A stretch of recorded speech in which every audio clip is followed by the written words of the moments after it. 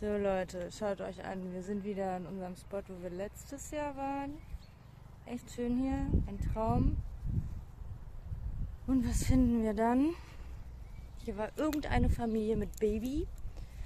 Eine vollgekackte Windel, überall Feuchttücher und der Super-GAU, wo hast du es hingetan?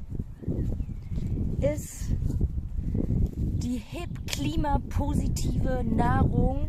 Die ganzen Scherben liegen hier. Also, boah, das macht einen richtig sauer. Wir sammeln den Scheiß jetzt ein.